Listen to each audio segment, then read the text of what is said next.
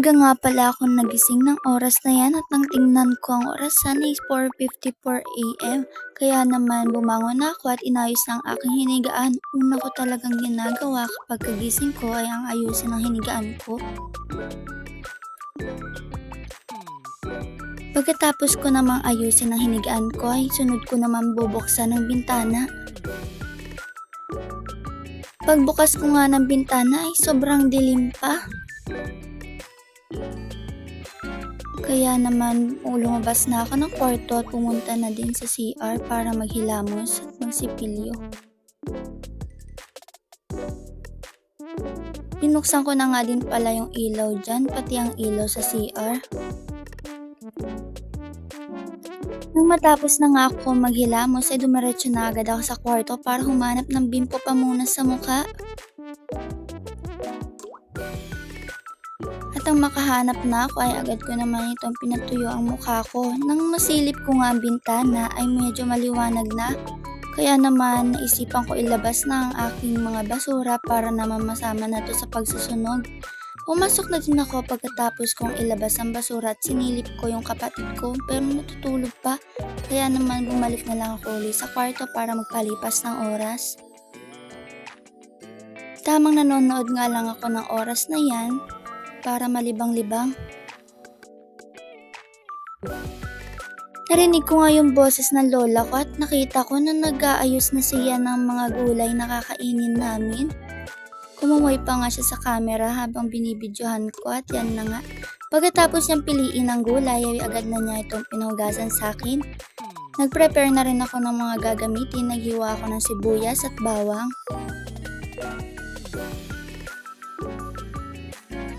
Naghihiwa na nga ako ng oras na yan at yung lola ko nagluluto na. Ito nga pala yun.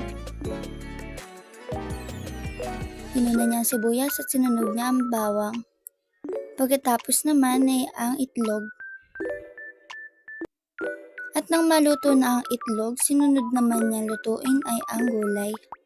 Nang maluto na agad naman niya itong inahon. Ito nga pala ang ulam namin ngayon with matching fried rice. Kain po tayo.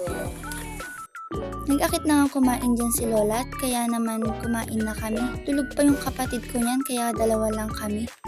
Pagkatapos namin kumain at ayan na, nakaligo na ako. Suot ko nga pala yung PPCRB na damit. At didiretso na ako ng simbahan pagkatapos kong mag-ayos.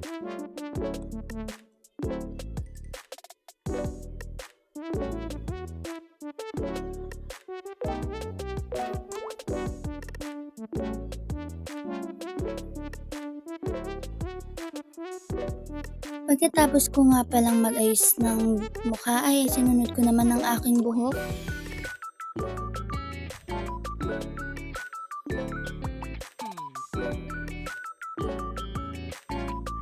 Iniisip ko nga kung magpopony ako niyan dahil nga sa ganun nga ang buhok ko buhaghag pero naisipan ko na ilugay na lang muna dahil basang-basa pa. Sinusundo na pala ako ng kasama ko niya na si Ate Lo at siya ang kasama kong pumunta ng simbahan. Anong oras na nga rin yan kaya naman nagmamadali na kami para makaabot kami sa misa. Nang makahanap na kami ng tricycle ay agad na kami sumakay. At papunta na nga ito ng simbahan. Pagbaba namin ay nakita namin nagsisimula na. Binigyan din pala kami ng papel at ng kandila dyan. Umuulan na din nung oras na yan kaya naman mas pinili namin pumasok at yun na nga sinindihan na namin ng kandila. Pagkatapos ay pinahanin na ang mga nanay para nga basbasan dahil nga Mother's Day. Hinahanap ko nga pala yung mga kasama ko diyan dahil nga sa nawawala na ako. At nang mahanap ko sila ay nagpicturean na kami, may nakausap pa nga ako dyan. Pagkatapos namin magpicture ay dumiretso naman na kami para makipag-meeting. At pagkatapos nga niyan ay umuwi na din kami. Thank you for watching. Happy Mother's Day. Bye!